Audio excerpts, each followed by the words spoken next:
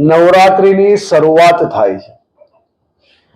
માં અંબાની ભક્તિ, ઓપરેશન સિંદૂરની શક્તિ, આત્મનિર્ભર બનીએ નસ નસથી, મોડી રાત સુધી ખેલૈયાઓ ગરબા રમશે પૂરા હકથી.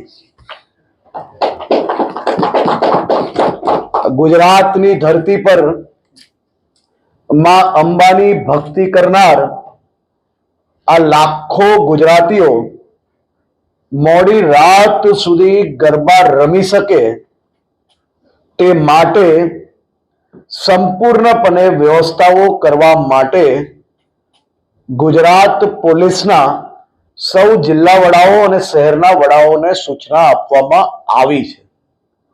સૌ નાના નાના વેપારીઓ જે શહેરોમાં, જિલ્લાઓમાં રાત દિવસ મહેનત કરીને વ્યક્તિઓ નાની મોટી વસ્તુઓ બનાવતા હોય છે, કે પછી ખાણીપીણીના સ્ટોલ ચલાવતા હોય છે, આ હજારો લાખો પરિવારો માટે નવરાત્રી જ દિવાળી બની જાય તેવી વ્યવસ્થાઓ કરવા માટે બી ગુજરાત પોલીસને સૂચના આપવામાં આવી છે. મારા રાજ્યના નાના નાના વેપારીઓ એ સંપૂર્ણપણે ખૂબ સારી રીતે એનો ઉદ્યોગ આ 9 દિવસમાં કરી શકે તેવી વ્યવસ્થાઓ કરવામાં આવી છે. સાથે સાથે આ વખતે વિશેષ નવરાત્રી છે, કારણ કે માં અંબાની ભક્તિ છે અને ઓપરેશન સિંદૂરની શક્તિ છે, અને સાથે આ વર્ષે આત્મનિર્ભર ભારત અને સ્વદેશી અપનાવવાના નારા જોડે દેશ આખું કંઈક અલગ જ મૂડમાં નજરે પડી રહ્યું છે.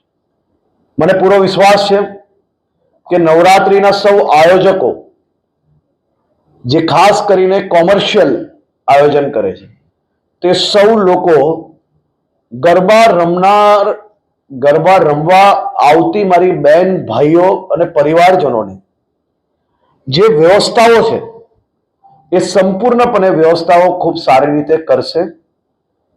વ્યવસ્થામાં કોઈ બી પ્રકારની ઢીલ એ ચલાવી લેવામાં નહીં આવે. કોમર્શિયલ ગરબા માટે એને બધી જ વ્યવસ્થાઓ સંપૂર્ણપણે કરવાની રહેશે, અને સાથે સાથે આપણા રાજ્યની સંસ્કૃતિ, માં અંબાના ગરબા અને નવરાત્રીના આ 9 દિવસ જ્યારે લાખો લોકો માં અંબાની ભક્તિમાં આવતા હોય છે, ત્યારે કોઈ બી પ્રકારની ભક્તિને ખલેલ પહોંચે તે પ્રકારના ઘટના કે એ પ્રકારના ગીતો એ ચલાવી લેવામાં આવશે નહીં. આ આપણી સંસ્કૃતિ છે અને આ સંસ્કૃતિ આપણે સૌએ જાળવી રાખવી એ આપણી જવાબદારી છે. આપ સૌને નવરાત્રિની ખૂબ ખૂબ શુભકામનાઓ, અને ખેલૈયાઓ પૂરા મનથી ગરબા રમી શકે તેવી વ્યવસ્થાઓ આપણે સૌ લોકો સાથે મળીને કરશો. સૌ લોકો પૂરી શક્તિથી, પૂરી એનર્જીથી ગરબા રમવા જાઓ. કોઈ બી પ્રકારની ચિંતા કરવાની જરૂર નથી. આ બધી જ સમયની વ્યવસ્થાઓ આપણે લોકો કરી રહ્યા છે. પરંતુ મારી બધી જ બહેન દીકરીઓને ખાસ કરીને વિનંતી છે કે કોઈ બી જગ્યા પર નાની એવી બી તકલીફ તમને નજરે પડે તો હવે તમારે 100 નંબર કે 108 નંબર કે એવા નંબરો પર કોલ કરવાની જરૂર નથી.